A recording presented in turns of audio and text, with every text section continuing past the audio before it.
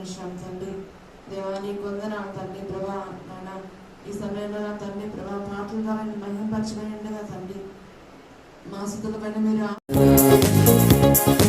ఈ ప్రేమలో ప్రయాణమే, ఈ బాటలో ప్రభాతమే, ఈ వేగలో ప్రయాణమే, ఈ బాటలో ప్రభాతమే.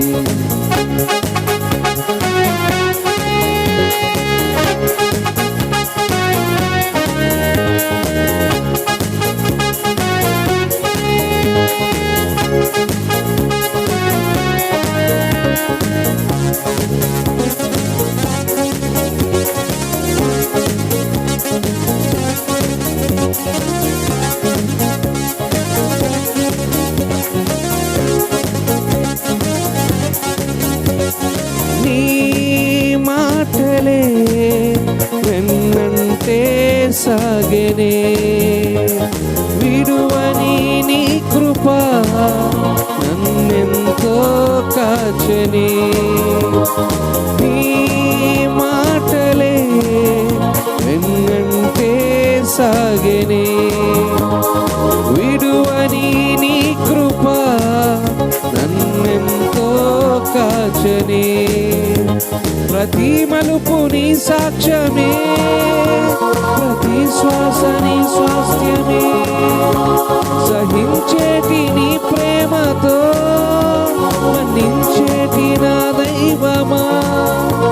కన్నీటిలో కష్టాలలో నడిపించే నీ వాక్యమే.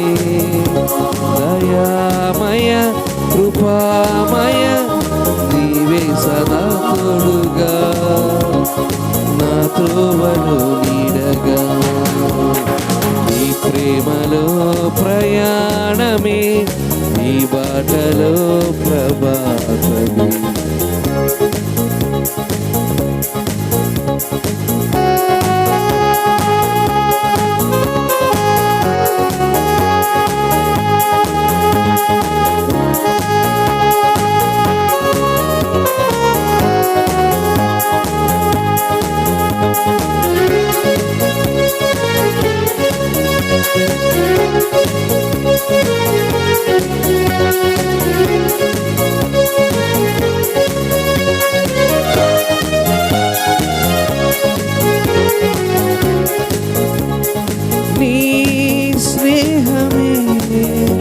వరించే సొంతమై మదిలోని స్వరం వసించే దీపమై. నీ స్నేహమే వరించే సొంతమై మదిలోని స్వరం వసించే దీపమై. ఎన్నెన్నో తరంగాలలో కృంగించేటి గాయాలలో నిన్నే కోరే నా వేదన, నిన్నే నేనే నా ప్రార్థన. సుఖానివై సహాయమై దరిచేర్చే నీ ప్రేమతో. దయామయ కృపామయ నీ ప్రేమయే చాలయ్యా. నా గమ్యమే నీవయ్యా. నీ ప్రేమలో ప్రయాణమే, నీ బాటలో ప్రభాతమే. నీ ప్రేమలో ప్రయాణమే, నీ బాటలో ప్రభాతమే. నీవేగాశ్రయం, నీలోనే జీవితం. సజీవుడా పదే పదే నే పాడి కీర్తించనా, సదా నిన్ను కొనియాడనా. నీ ప్రేమలో ప్రయాణమే, నీ బాటలో ప్రభాతమే. ప్రేమమయా యేసయ్యా, నా ప్రాణమే నీవే. ఆకాశం భూమియు అంతట చీకటియాయెను, ప్రాకెడు చీకటి సమయమున ప్రార్థన చేతుము మా దేవా.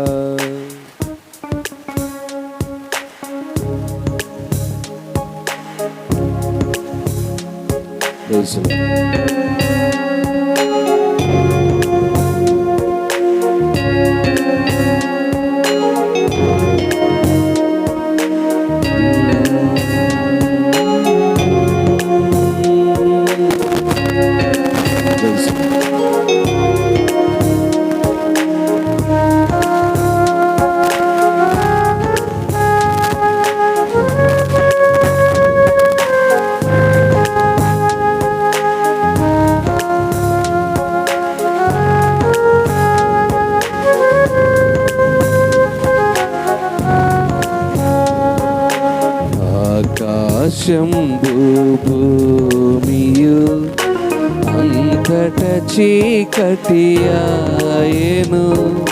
ప్రాకెడు చీకటి సమయమున ప్రార్థన చేతుము మా దేవా. ఆకాశంబు భూమియు అంతట చీకటియాయెను, ప్రాకెడు చీకటి సమయమున ప్రార్థన చేతుము మా దేవా.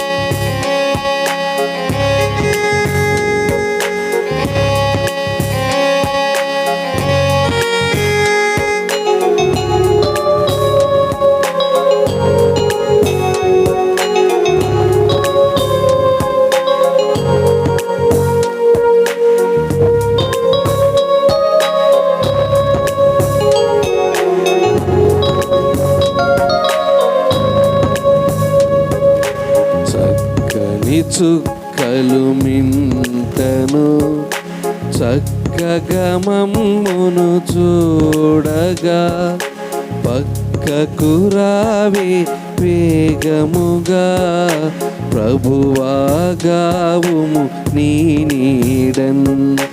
చక్కని చుక్కలు మింటను చక్కగా మమ్మును చూడగా, పక్కకు రావే వేగముగా ప్రభువాగావుము నీ నీడన్.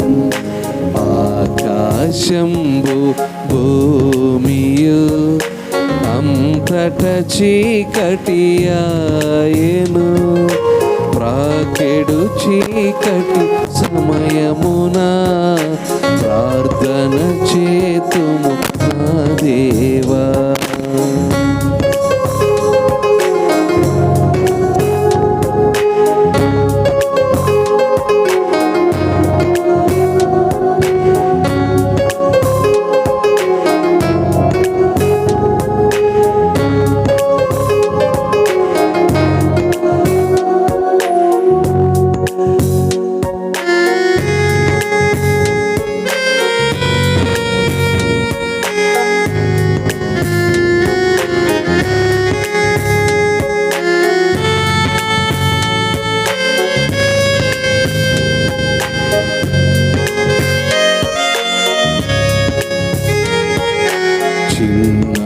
చిన్న పక్షులు చిన్న చిన్న పువ్వులు ఎన్నో ఎన్నో జీవులు నిన్నే కొలిచి నిద్రించున్.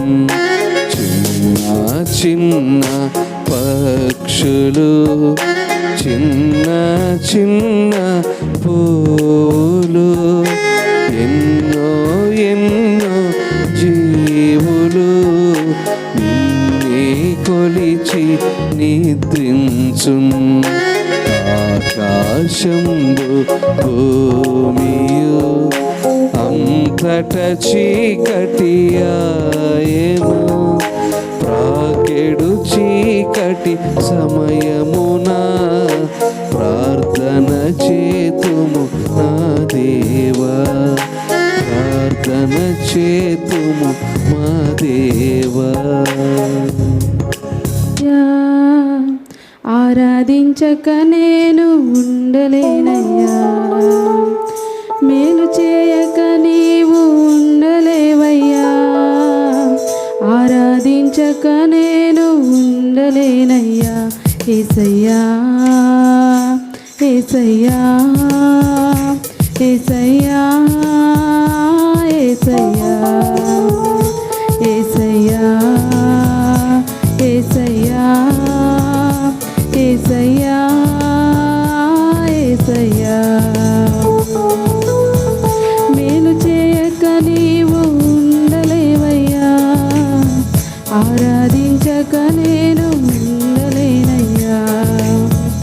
మేలు చేయక నీవు ఉండలేవయ్యా, ఆరాధించక నేను ఉండలేనయ్యా.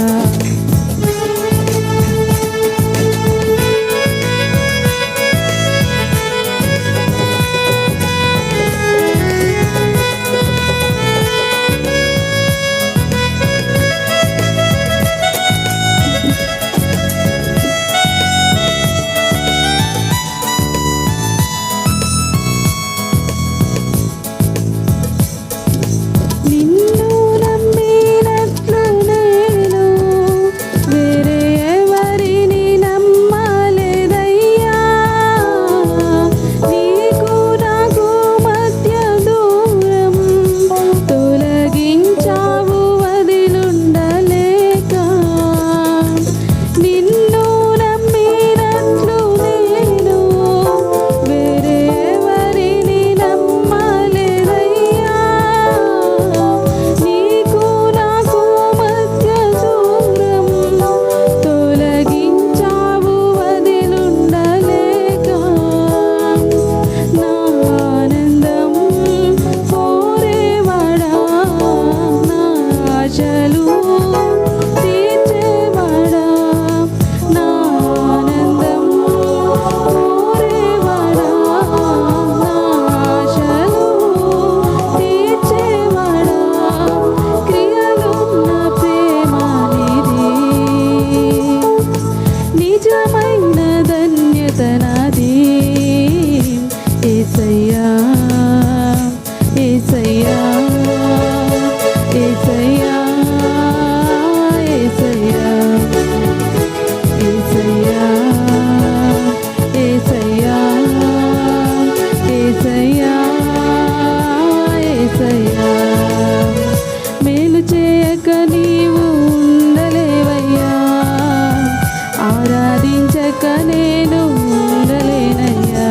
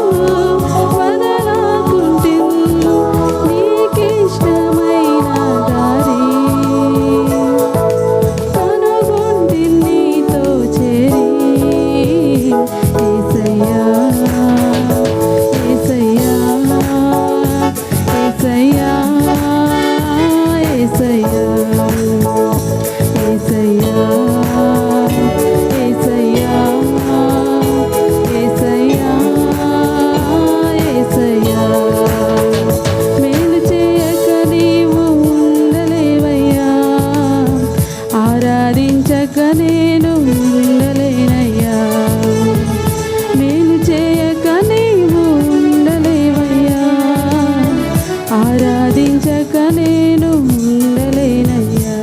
హల్లెలూయా. రాన్ని అడగలేదు హృదయాన్ని అడిగాడయ్యా ఆస్తులను అడగలేదు అంతస్తులు అడగలేదు హృదయాన్ని అడిగాడయ్యా బంగారం అడగలేదు వజ్రాన్ని అడగలేదు హృదయాన్ని అడిగాడయ్యా ఆస్తులను అడగలేదు అంతస్తులు అడగలేదు హృదయాన్ని అడిగాడయ్యా మనుషులను చేశాడయ్యా ఈ లోకానికి ఇచ్చాడయ్యా నెమెతికి రాలేనని నా కోసం వచ్చాడయ్యా మనుషులను చేశాడయ్యా ఈ లోకానికి ఇచ్చాడయ్యా నెమెతికి రాలేనని నా కోసం వచ్చాడయ్యా నా యేసయ్యా నా యేసయ్యా నా యేసయ్యా నా యేసయ్యా నా యేసయ్యా నా యేసయ్యా బంగారం అడగలేదు వజ్రాన్ని అడగలేదు హృదయాన్ని అడిగాడయ్యా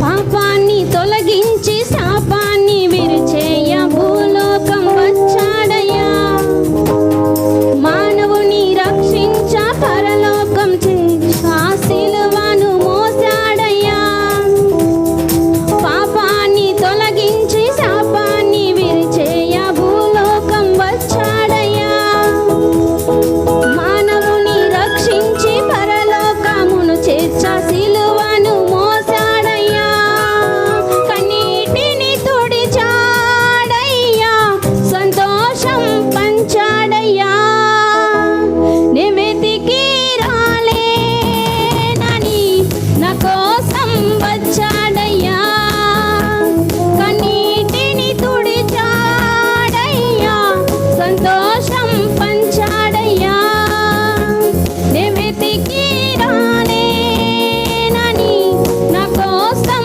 వచ్చాడయ్యా నా యేసయ్యా నా యేసయ్యా నా యేసయ్యా నా యేసయ్యా నా యేసయ్యా నా యేసయ్యా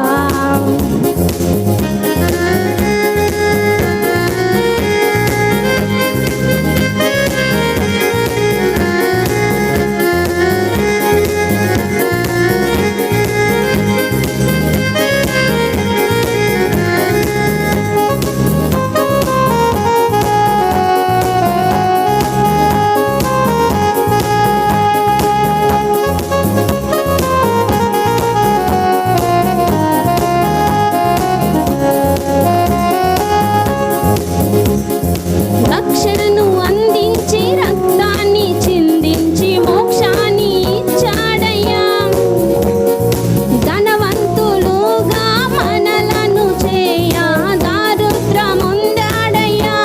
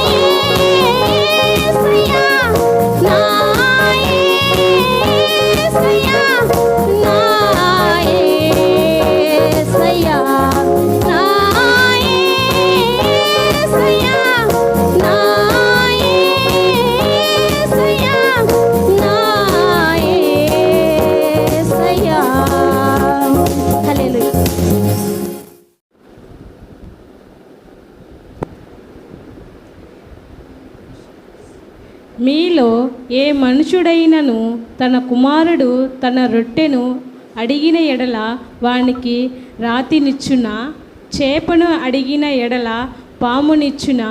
మీరు చెడ్డవారై ఉండియు మీ పిల్లలకు మంచి ఈవులు ఇయ్యనెరిగి ఉండగా పరలోకమందు మీ తండ్రి తన్ను అడుగువారికి అంతకంటే ఎక్కువ ఎంతో నిశ్చయముగా మంచి ఈవులు నిచ్చును.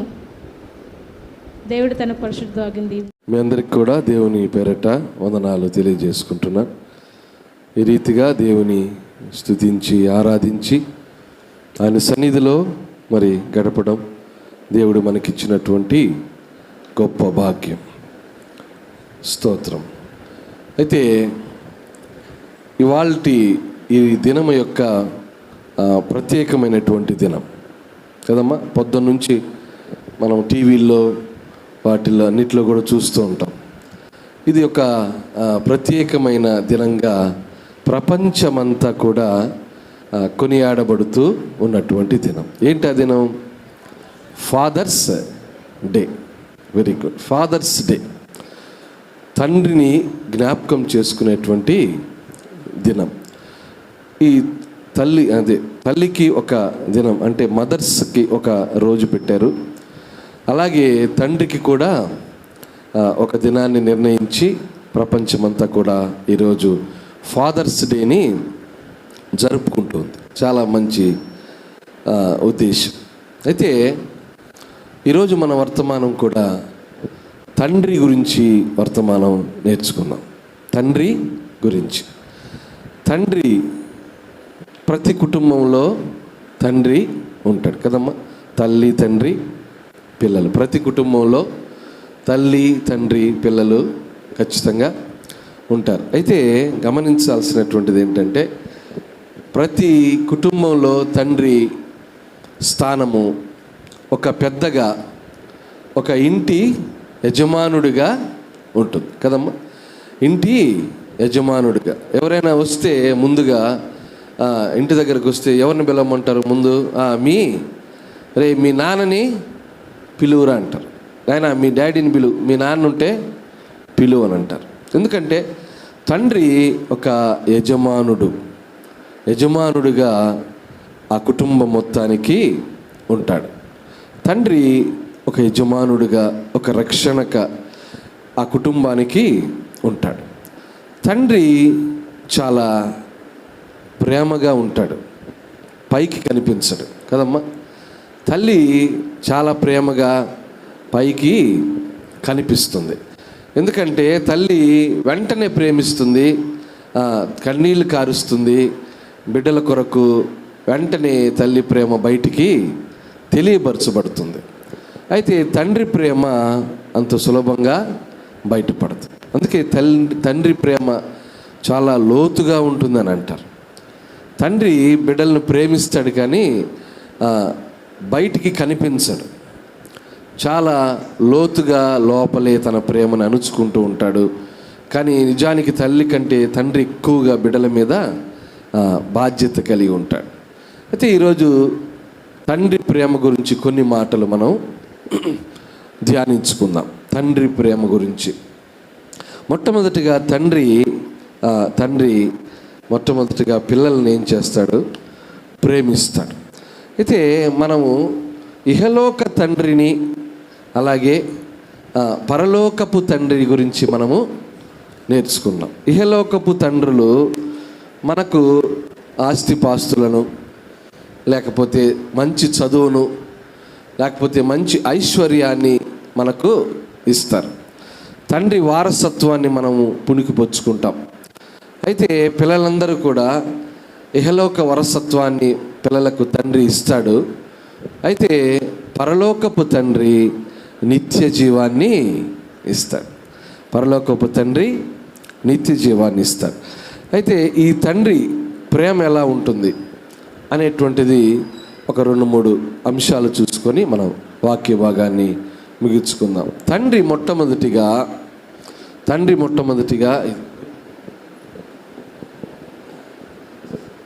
తండ్రి తన పిల్లలను ప్రేమిస్తాడు. మొట్టమొదటిగా తండ్రి తన పిల్లలను ప్రేమిస్తాడు. ఎంతగా ప్రేమిస్తాడంటే తన కుమారుడు లేదా కుమార్తె తనకు ఎంత భయంకరమైనటువంటి స్థితిలో ఉన్నప్పటికీ, తన కుమారుడు ఎంత దయనీయమైన దుర్మార్గమైనటువంటి స్థితిలో ఉన్నప్పటికీ తండ్రి ప్రేమిస్తాడు. అది తండ్రి ప్రేమ. గమనిస్తే బైబిల్ గ్రంథంలో తప్పిపోయిన కుమారుడు ఉన్నాడమ్మా. ఏం చేశాడు? తండ్రి దగ్గర తన ఆస్తినంతా పంచేయమని చెప్పి అడిగాడు.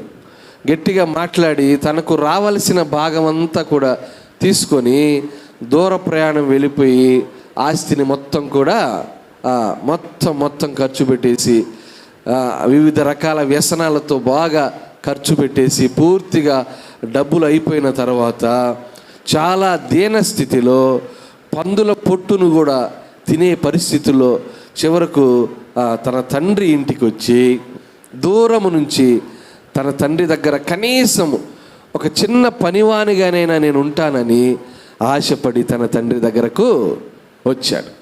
వస్తే ఈ తండ్రి ప్రేమ ఎలాంటిదమ్మా?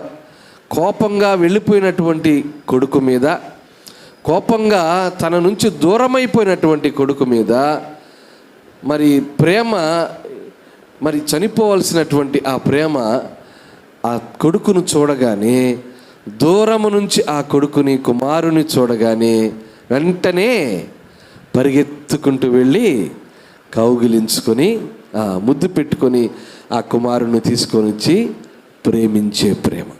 అది తండ్రి ప్రేమ. ఇలాంటి తండ్రులు ఈ లోకంలో చాలా తక్కువగా ఉంటారు. అయితే మనం ఇక్కడ జ్ఞాపకం చేసుకోవాల్సింది ఏంటంటే, అంత దుర్మార్గమైనటువంటి స్థితిలో ఉన్నప్పటికీ కూడా ప్రేమించే ప్రేమ యేసయ్య ప్రేమ. ఏమ్మా, మనందరికీ తండ్రి ఎవరు? మొట్టమొదటిగా ఆదాము తండ్రి కదా. మనం ఎక్కడి నుంచి వచ్చాం? ఆదాము నుంచి వచ్చాం. మన పితరులు తండ్రి, మన తండ్రి ఆదాం. అయితే ఆదామునికి తండ్రి ఎవరు? దేవాది దేవుడు కదమ్మా. యెహోవా దేవుడు ఆదాముకి తండ్రి. అయితే తండ్రి ఆదాము అవ్వతో ఎంత చక్కగా ఉన్నాడో తెలుసా? ప్రతి సాయంత్రం వారితో ఏం చేసేవాడు? చక్కగా మాట్లాడుతూ తిరుగుతూ ఉన్నాడు. ప్రతిరోజు వారితో మాట్లాడుతూ చాలా చక్కగా ఒక స్నేహితులులాగా ఆ ఇద్దరిని, ఆదాముని అవ్వని చూసుకుంటున్నటువంటి పరిస్థితుల్లో ఏమైంది? ఆదాము అవ్వ చెప్పినటువంటి మాట విని పండు తిని పాపము చేయడం వలన వారు తండ్రికి దూరం అయిపోయారు. అక్కడి నుంచి వచ్చినటువంటి ఆ ఎడబాటు ఇప్పటికీ పాపములో మనము దొర్లుతూ ఉన్నాం. పాపపు చేష్టల్ని మనము అనుభవిస్తూ ఉన్నాం. పాపపు ఫలితాలను అనుభవిస్తూ ఉన్నాం. అయితే తండ్రి ప్రేమ మాత్రము గమనించండి, ఆదాము దగ్గర ఎలాంటి ప్రేమ అయితే ఉన్నిందో, ఆదాము పైన చూపించిన ప్రేమ ఎలాంటిదైతే ఉన్నిందో, ఈ రోజుకి కూడా అదే ప్రేమ. ఆ ప్రేమలో మార్పు లేదు. ఆ ప్రేమలో మార్పు లేదు. ఆ ప్రేమ తగ్గిపోలేదు. ఆ ప్రేమ తక్కువ కాలేదు. ఆ ప్రేమ అలాగే ఇంకా పెరుగుతుంది. కానీ ఏనాటికి కూడా తరిగిపోనటువంటి ప్రేమ తండ్రి అయినా యేసయ్య ప్రేమ. ఒకవేళ కుటుంబంలో మరీ చెడ్డ కొడుకుంటే తల్లిదండ్రులు, తండ్రికి చాలా కోపం వేస్తుంది కదా. ఏంద్రా వీడు రోజు తాగొస్తున్నాడు, రోజు కొడుతున్నాడు, రోజు భార్య బిడ్డలు హింసిస్తున్నాడు, ఇలాంటి కొడుకునా నేను కనింది, ఇలాంటి కుమారున్నా నేను కనింది, ఏంటి నాకి అని చెప్పి చాలా బాధపడి తండ్రి కూడా ఒక్కొక్కసారి ఒకానొక సమయంలో కొడుకులను చంపివేసేటువంటి తండ్రులు ఉన్నారేమో. కానీ నీవెంత పాపివైనా, నీవెంత దుర్మార్గుడు అయినా, నీవు ఎంత అయిష్టమైనటువంటి కార్యాలు దేవునికి వరకు చేసినా ఆయన ఏం చేస్తాడమ్మా? మనల్ని అక్కును చేర్చుకొని ప్రేమించేటువంటి ప్రేమ యేసయ్య ప్రేమ. తండ్రి అయిన యేసయ్య ప్రేమ ఎంతటి ప్రేమ అంటే దుర్మార్గులనైనా, దుష్టులనైనా, పనికిరాని వారినైనా, వ్యభిచారులనైనా, నరహంతకులనైనా దగ్గరగా తీసుకొని ప్రేమించే ప్రేమ. కాబట్టి మొట్టమొదటిగా తండ్రి ప్రేమ. తండ్రి తన పిల్లలను ఏం చేస్తాడు? తండ్రి తన పిల్లలను ప్రేమిస్తాడు. తండ్రి తన పిల్లలను ప్రేమిస్తాడు. రెండవదిగా తండ్రి తన పిల్లలను శిక్షిస్తాడు. శిక్షిస్తాడా లేదా? తండ్రి తన పిల్లలను శిక్షిస్తాడు. పొద్దున 7 గంటలకు వెళ్ళిపోయాడు పిల్లోడు బయటికి. మధ్యాహ్నం 1 గంటకి అన్నానికి రాలేదు. 2 అయింది రాలేదు. 4 అయిపోయింది రాలేదు. 6 అయిపోతుంది సాయంత్రం, అయినా పిల్లోడు ఇంటికి రాలేదు. ఎవరికి బాధ? తల్లికి బాధే. తల్లికి ఏం బాధ? కొడుకు వస్తే గబక్కన తండ్రి ఏడగొడతాడో అని బాధ. అయితే కుమారుడు రాగానే తండ్రి ఏం చేస్తాడు? వెంటనే ఎక్కడికి పోయినావురా, ఎన్ని పెత్తనాలు కొడుతున్నావు, ఎక్కడెక్కడ తిరిగి వచ్చావని వెంటనే తండ్రి ఏం చేస్తాడు? ఖచ్చితంగా శిక్షిస్తాడు. శిక్షించేటువంటి తండ్రులు చాలా అవసరం. ఎందుకంటే తండ్రి శిక్ష చాలా చాలా ఉపయోగకరమైనటువంటిది. శిక్షించకపోతే కుమారులు మాట వినరు, కుమారులు బాగుపడరు, కుమార్తెలు బాగుపడరు. తండ్రి శిక్షించకపోతే, తండ్రి గద్దించకపోతే కుమారులు బాగుపడరు. ఎందుకంటే శిక్షించకపోతే చాలా పక్కదారికి వెళ్ళిపోయేటువంటి అవకాశము ఉంటాయన్నమాట. ఖచ్చితంగా తండ్రి శిక్షించి బిడ్డలను సక్రమైనటువంటి మార్గంలో పెట్టాలి, ఖచ్చితంగా పెట్టాలి. లేకపోతే బిడ్డలు భయంకరమైనటువంటి స్థితిలోకి వెళ్ళిపోతారు. గమనించండి, తండ్రి యాకోబు ఎంత చక్కగా యోసేపుని పెంచాడంటే, గమనించండి, యాకోబు యోసేపుని ఎంత చక్కగా పెంచాడంటే ఎంతో వినయము కలిగి కదమ్మా, అన్నదమ్ములందరి దగ్గర వినయము కలిగి చక్కటి రూపవంతుడుగా, దేవుని యందు భయభక్తులుగా ఎంత చక్కగా బిడ్డ ఎదిగాడో, ఎంత చక్కగా పెరిగాడో మనము బైబిల్ గ్రంథంలో చూడగలం. అలాంటి బిడ్డలు ఈ కాలంలో చాలా తక్కువ అయిపోతున్నారు. తండ్రి ఒకరోజు ఆ కుమారుడినంట గట్టిగా మాట్లాడాడంట. రోజు తాగొస్తున్నావు ఏంట్రా అని తండ్రి కుమారుని గద్దిస్తే వాడు అంటాడు, వెంటనే ఆ పక్కన ఉన్నటువంటి కత్తి తీసుకొని తండ్రిని నరికేశాడు. వెంటనే, ఎందుకు లేటుగా వస్తున్నావు, రోజు రాత్రిపూట తాగి రాత్రి 12, 1 గంటకి 2 గంటలకు ఎందుకు వస్తున్నావు అని గద్దించిన తండ్రిని బిడ్డ ఏం చేశాడు? కత్తితో నరికేశాడు. అయితే తండ్రి కోపము చాలా విలువైనది. తండ్రి కోపము చాలా విలువైనది. మా తండ్రి గారు నా 20వ ఏట ఆయన చనిపోయాడు. నేను 20 సంవత్సరాలకి అడుగుపెట్టే లోపు మా తండ్రి గారు చనిపోయారు. మేము అనుకునేవాళ్ళం, చాలా కోపం మా తండ్రికి, అతి భయంకరమైనటువంటి కోపం అయింది. ఆయన శిక్షిస్తే అట్లా కొట్టాడు, ఒకరిని కొట్టాడు, 3 కొడతాడు. మేము 3 పిల్లలం అయితే 3 ఖచ్చితంగా కొడతాడు. అయితే ఆయన కోపం మాకు చాలా బాధేసేది. ఏంది ఇంత ఘోరంగా కొడతాడు మా నాన్న, ఇంత భయంకరమైన కోపమా మా నాయనకి అని అనుకునేది. నేను ఏ విషయమైనా ఎక్కువగా మా అమ్మకి చెప్పేవాడిని, మా నాన్నకి చెప్పడానికి భయం. ఏ చిన్న మాట అయినా మా అమ్మకి చెప్పి ఏది కావాలన్నా మా అమ్మని అడిగేవాడిని, ఆమె మా నాన్నకి చెప్పేది. అయితే ఇంకా మా నాన్న చనిపోతాడనగా, ఒక 2-3 నెలలు చనిపోతాడనగా నన్ను బీటెక్ చేరడానికి హైదరాబాద్కి తీసుకెళ్ళి ఒక పార్కులో కూర్చొని నాతో ఎంతో చక్కగా మాట్లాడాడు మా తండ్రి గారు. నాయనా, నువ్వు బీటెక్ జాయిన్ అవుతున్నావు, జాగ్రత్తగా ఉండాలి, ఎలా జీవించాలి, దేవునిలో దూరంగా ఉండకూడదు, అమ్మాయిలు ఉంటారు, చాలా జాగ్రత్తగా, ఆకర్షణ ఉంటుంది, చాలా జాగ్రత్తగా ఉండాలి, నువ్వు దూరంగా ఉండాలి. ఇవన్నీ కూడా దాదాపు 2 గంటల సేపు ఆ పార్కులో కూర్చొని నేను మా నాన్నగారు ఇద్దరు మాట్లాడుకున్నాం. అదే చివరి మాటలుగా నా జీవితంలో అవుతాయని అనుకోలేదు. తండ్రి ఆయన అంత శిక్షించే తండ్రి, అంత కోపంగా ఉండేటువంటి తండ్రి, ఆయన అంత దగ్గరగా అలాంటి మాటలు చెప్తుంటే నేను ఎప్పుడు వినలేదన్నమాట. అంటే తండ్రిలో ఇంకొక కోణం కూడా ఉంటుంది. శిక్షించేటువంటి ఆ తండ్రి మనకు ఎంతగానో ఉపయోగకరమైనటువంటి మార్గాన్ని చూపించడానికే ఆయన శిక్షిస్తాడు. ఎంతో ఉపయోగకరమైనటువంటి మనకు మంచితనాన్ని నేర్పించడానికి ఆయన మనల్ని శిక్షిస్తాడే తప్ప వేరొకటి కాదు అని అప్పుడు నేను తెలుసుకున్నాను. తర్వాత మా తండ్రి గారు చనిపోయారు. ఆయన విలువ తర్వాత నాకు తెలియవచ్చింది. ప్రియమైన దేవుని బిడ్డలారా, ఇహలోకపు తండ్రులే ఆ విధంగా ఉంటే, మనకు జీవించేటువంటి మన తోటి జీవించేటువంటి వారే అంత చక్కగా ఉంటే, నిన్ను నన్ను ప్రేమించి నిన్ను నన్ను ఎంతగానో మరి ప్రేమగా చూసేటువంటి పరలోకపు తండ్రి ఎలా ఉంటాడమ్మా? ఆయన కూడా శిక్షిస్తాడు, ఖచ్చితంగా శిక్షిస్తాడు. ఎందుకంటే నీ మీద అంత ప్రేమ ఆయనకి, నీవంటే అంత ప్రేమ, అందుకే శిక్షిస్తాడు. చెడు మార్గంలోకి వెళ్ళినప్పుడు, చెడు తలంపులు, చెడు సహవాసాలకు మనం వెళ్ళినప్పుడు ఖచ్చితంగా శిక్ష మన మీదకి వస్తుంది.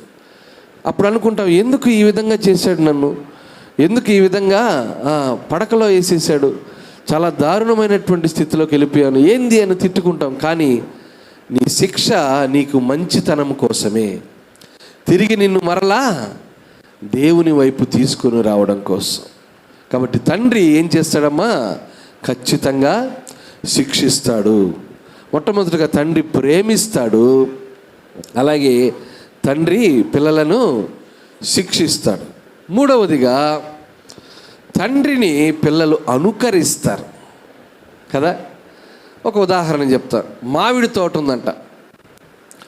మామిడి తోటలో యజమానుడు మామిడి తోట కావలి కాసేటువంటి అతను పరిగెత్తుకుంటూ వచ్చాడంట. ఎవరో మామిడి పండ్లు కోస్తున్నారంట. గబగబా ఒక పిల్లోడు మామిడి చెట్టు ఎక్కి మామిడి పండ్లు కోస్తున్నాడు.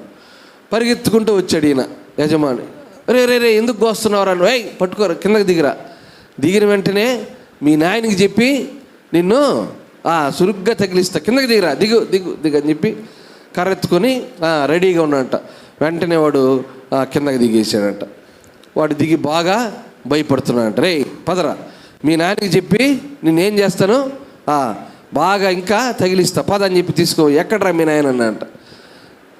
సార్, మా నాయన 3వ చెట్టు మీద ఎక్కున్నాడు అన్నంట. ఎక్కడెక్కున్నాడు? 3వ చెట్టు మీద. ఈడు 1వ చెట్టు మీద ఎక్కితే వాళ్ళ నాయన ఎక్కడ ఎక్కున్నాడు? ఆల్రెడీ తండ్రి దొంగతనం చేసేవాడు. ఇంకా బిడ్డ ఏమవుతాడమ్మా? రే, నేను ఒక చెట్టుని చూసుకుంటా, నువ్వు ఒక చెట్టుని చూసుకో, గబ్బ గబ్బ గబ్బ రాల్చే పండ్లు, వెంటనే నువ్వు దిగి ఏం చేస్తావు, మూట కట్టుకొని పోయి అమ్మేస్తావు. ఇది వాళ్ళ ప్లాను. సో మొదటి చెట్టులో బిడ్డనెక్కిచ్చాడు, 3వ చెట్టులో ఎవరున్నారు? తండ్రి ఉన్నారు. బెత్తరపోయినాడు ఆయన. ఏమి తండ్రి కొడుకులరా మీరు. చూసారా, పిల్లలు తండ్రిని ఏం చేస్తారమ్మా? అనుకరిస్తారు ఖచ్చితంగా. తండ్రి సిగరెట్ తాగితే పిల్లలు కూడా అదే అలవాటు. తండ్రి మందు తాగుతున్నాడంటే పిల్లలకు కూడా అదే అలవాటు వస్తుంది. చాలా దారుణం. అందుకే పిల్లల ముందు ఏది కూడా చేయకూడదు అని అంటారు. కారణం ఏంటంటే పిల్లలు తండ్రిని అనుకరిస్తారు. అనుకరించడం, తండ్రి ఎట్ట చేస్తే అట్ట, తండ్రి ఎలా జీవిస్తే అలా, తండ్రి ఎలా నడుచుకుంటున్నాడో అలా. అయితే మన తండ్రి, పరలోకపు తండ్రి అయిన యేసయ్య మనకు ఎలా చేశాడు? మాదిరికరంగా ఉంచాడు మనల్ని. ఆయన ఎలా జీవించాడు, ఆయన ఎలాంటి ప్రేమను చూపించాడు, ఎలాంటి తగ్గింపును ఆయన కలిగి ఉన్నాడు, ఎలాంటి దగ్గరలో ఎంతమందికి ఆయన సేవ చేశాడు, ఎలాంటి దగ్గరలో ఆయన గొప్పవారితో కాదు కానీ సుంకరులతో, పాపులతో కలిసి ఆయన సేవ చేసి ఆయన ఎంతగా తన్ను తాను తగ్గించుకున్నాడో ఇలాంటి మాదిరికరాన్ని మనకు చూపించాడు.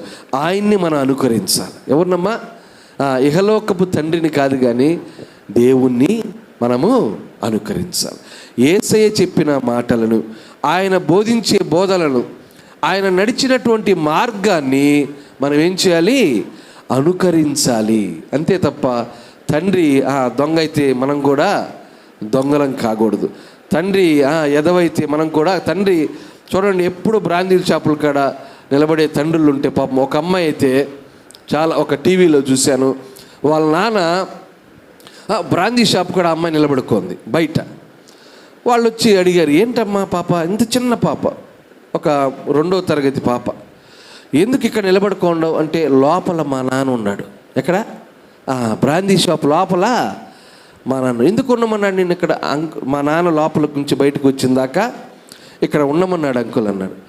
ఈ లోపల ఆయన తండ్రి బాగా వేసుకొని ఆమెను వచ్చాడు బయటకు. ఆమెను కొట్టారోడిని.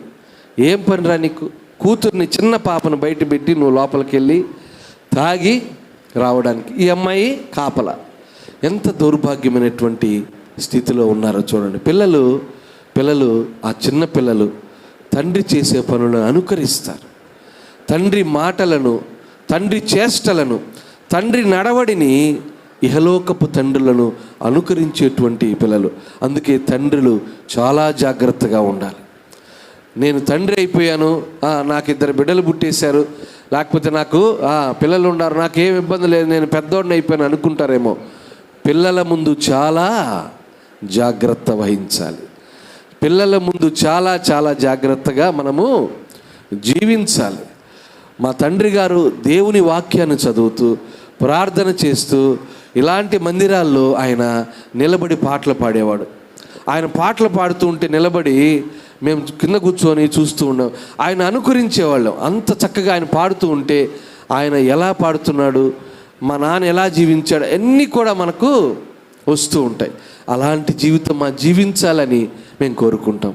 దేవుడు గొప్ప స్థితిలో ఈరోజు మమ్మల్ని ఉంచాడు. దేవుని సన్నిధిలో సేవ చేయడానికి, ఆయన సన్నిధిలో పరిచర్యలో పాల్గొనడానికి దేవుడు కృపని అనుగ్రహించాడు. ప్రియ దేవుని బిడ్డలారా, కాబట్టి తండ్రిని అనుకరిస్తారు. అయితే మనం ఎవరిని అనుకరించాలి? యేసయ్యను అనుకరించాలి.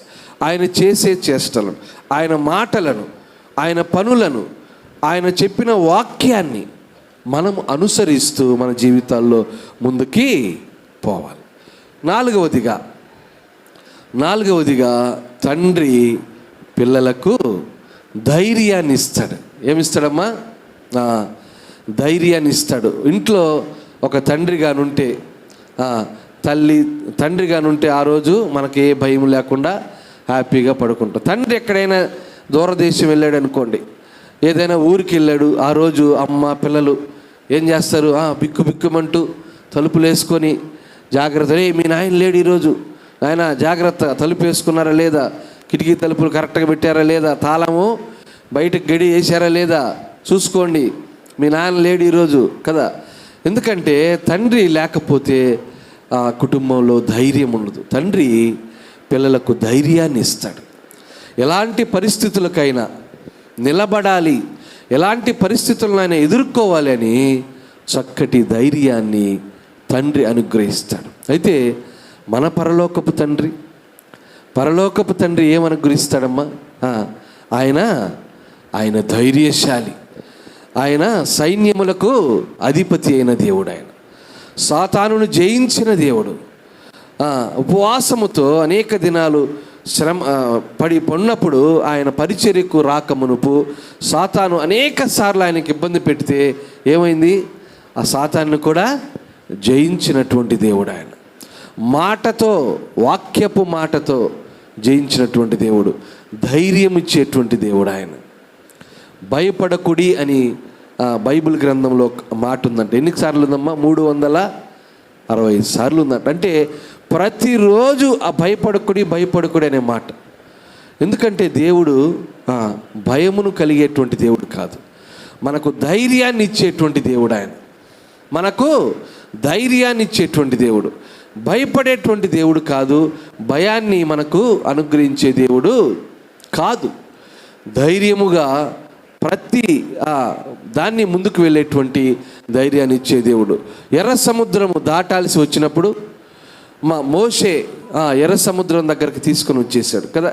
వెనక ఐగుప్తీయులు తరుముతున్నారు, ముందు ఎర్ర సముద్రం ఉంది, ఇశ్రాయేలు అందరూ మధ్యలో నిలబడిపోయి ఉన్నారు. ఏం చేయాలి ఇప్పుడు? మోషే మోషేను తిట్టుకుంటున్నారు. అయ్యా మరి ఐగుప్తులో ఉంటే మేము బ్రతికుండేవారం కదా, ఎందుకు ఇక్కడికి తీసుకొని వచ్చావు? వాళ్ళ మధ్యలో మమ్మల్ని చంపడానికా ఏంటి అని నసుగుతున్న పరిస్థితుల్లో ఎర్ర సముద్రం మీద చేయి చాపినప్పుడు సముద్రము 2 పాయలుగా చీలిపోయి ముందుకు నడిచి వెళ్ళారు.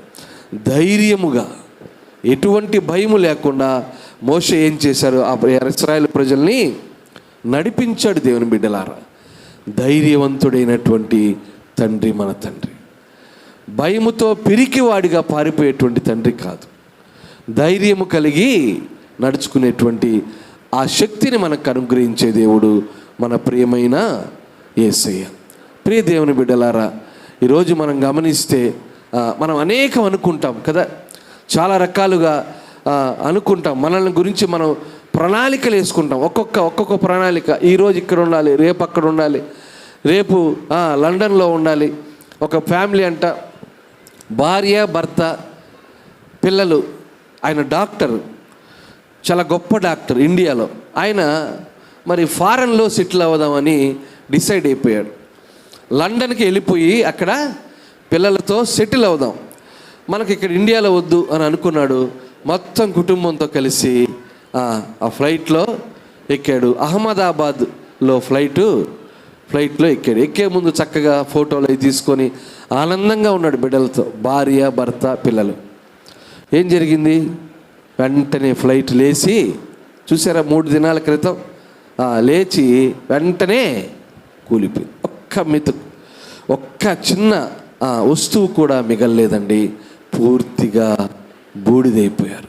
ప్రియ దేవుని బిడ్డలారా, దేవుని చిత్త ప్రకారం మన జీవితాలు కట్టబడకపోతే, దేవుని ప్రణాళికలో మనల్ని మనం నిలబెట్టుకోకపోతే చివరికి మనకు నష్టమే వాటిల్లుతుంది. చివరికి మనకు చాలా అవాంఛనమైనటువంటి సంఘటనలు ఎదురవుతాయి. జయించలేనటువంటి పరిస్థితులకు వెళ్ళిపోతాం. తండ్రి మనకు తోడుగా లేకపోతే, దేవుని కృప, దేవుని కాపుదల మనకు లేకపోతే అత్యంత దారుణమైనటువంటి స్థితికి మనము వెళ్ళిపోతాం. దేవుని బిడ్డలారా గమనించండి. కాబట్టి తండ్రి మనల్ని ఏం చేస్తాడు? మొట్టమొదటిగా ప్రేమించేటువంటి తండ్రి కదమ్మా. రెండవదిగా శిక్షించేటువంటి తండ్రి. ప్రేమతో శిక్షిస్తాడు, తిరిగి మనల్ని సక్రమైన మార్గంలో నడిపింపజేస్తాడు. అలాగే పిల్లలు తండ్రిని ఏం చేస్తారు? అనుకరిస్తారు. అయితే మనం దేవుణ్ణి ఎవరిని అనుకరించాలి? యేసయ్యను అనుకరించాలి. అలాగే తండ్రి పిల్లలకి ఏం చేస్తాడు? ధైర్యాన్ని ఇస్తాడు. ధైర్యాన్ని, అట్టి కృప దేవాది దేవుడు మనకు అనుగ్రహించి ఈ ఫాదర్స్ డే రోజు ఎలాంటి తండ్రి అయితే మనకున్నారో, చాలామందికి తండ్రిని కోల్పోయి ఉంటారు కదమ్మా. చాలామందికి వాళ్ళ తండ్రుల్ని జ్ఞాపకం చేసుకోలేక పాపం మరి ఇప్పటికే తండ్రుల్ని కోల్పోయి ఉంటారు. మా తండ్రి అలా ఉండేవాడు, మా నాన్న అలా జీవించేవాడని ఇప్పుడు జ్ఞాపకం చేసుకొని ఉంటూ ఉంటారు. అయితే ప్రియ దేవుని బిడ్డలారా, ఇప్పుడు మీరు తండ్రులైన మాటలు గుర్తుపెట్టుకోవాలి. మనము ప్రేమించేటువంటి వారుగా ఉండాలి. అలాగే పిల్లలను శిక్షించి వారిని తిరిగి సక్రమైన మార్గంలోకి పెట్టే తండ్రులుగా ఉండాలి. అలాగే మనము పిల్లలకు ధైర్యాన్ని ఇచ్చేటువంటి తండ్రులుగా ఉండాలి. అలాగే యేసయ్యను అనుకరించేటువంటి తండ్రులుగా పిల్లల్ని మనం తీర్చిదిద్దాలి తప్ప వేరొక రకంగా మరి ఈ ఫాదర్స్ డే రోజు మనం ఉండకూడదని దేవుణ్ణి వేడుకుంటూ ఈ వర్తమానాన్ని దేవుడు దీవించి ప్రతి హృదయాల్లో మరి విస్తరింపజేసి మరి వర్ధిల్ల చేయనుగాక. ఆమెను. కళ్ళు మూసుకున్నట్లయితే ప్రార్థన చేసుకుందాం. కళ్ళు మూసుకుందాం, ప్రార్థన చేసుకుందాం. మహాపరిశుద్ధుడైన తండ్రి, జీవముగల నాయన, నీ కొందనాలు, స్తుతులు, స్తోత్రాలు చెల్లించుకుంటున్నాం. ఈ రీతిగా నీ సన్నిధిలో ఉండడానికి, నిన్ను కనపరచడానికి, నీ వాక్యమును గ్రహించడానికి మాకు ఇచ్చిన ధన్యతను బట్టి నీ కొందనాలు. దేవా నా తండ్రి, నాయన మా తండ్రివి నీవు, మమ్మల్ని కాపాడే దేవుడవు నీవు, మమ్మల్ని ప్రేమించే దేవుడవు నీవు. పిల్లలను ఎలా అయితే తండ్రి ప్రేమిస్తాడో అంతకంటే ఎక్కువగా ప్రేమించే దేవుడు, మమ్మల్ని ప్రేమతో శిక్షించే దేవుడు నాయన నీ కొందనాలు. నాయన మమ్మల్ని మా కొరకు ధైర్యాన్ని ఇచ్చే దేవుడు నీ కొందనాలు. తండ్రి అట్టి కృప మా అందరికి అనుగ్రహించమని ప్రార్థిస్తున్నాం. ఆయన ఇంకా ఎవరెవరైతే నీ నామములో రక్షణలోకి రాలేదో ఆ బిడ్డల్ని మీరు జ్ఞాపకం చేసుకోండి. ఈరోజే వారు మిమ్మల్ని తండ్రిగా స్వీకరించడానికి, మీ హృదయంలో వారిని తండ్రిగా, మీ తండ్రిగా నా తండ్రి, వారు మిమ్మల్ని ప్రతిష్ఠించడానికి, మీ హృదయంలో నా తండ్రి, వారి హృదయంలో మీకు చోటు ఇవ్వడానికి మీ కృప అనుగ్రహించండి. మీ ప్రేమ, మీ అనుగ్రహం బిడ్డలకు అనుగ్రహించండి. వాక్యము వారి హృదయాల్లో నాటబడులాగున, నాటబడినటువంటి వాక్యమును ఆయన చక్కగా వారు హృదయాల్లో ఎంతగానో నా తండ్రి దాన్ని విస్తరించలాగున, వాక్యము ప్రకారము నడుచులాగున నీ కృప అనుగ్రహించమని యేసు నామమున ప్రార్థించి అడిగి వేడుకుంటున్నాము తండ్రి. ఆమేన్.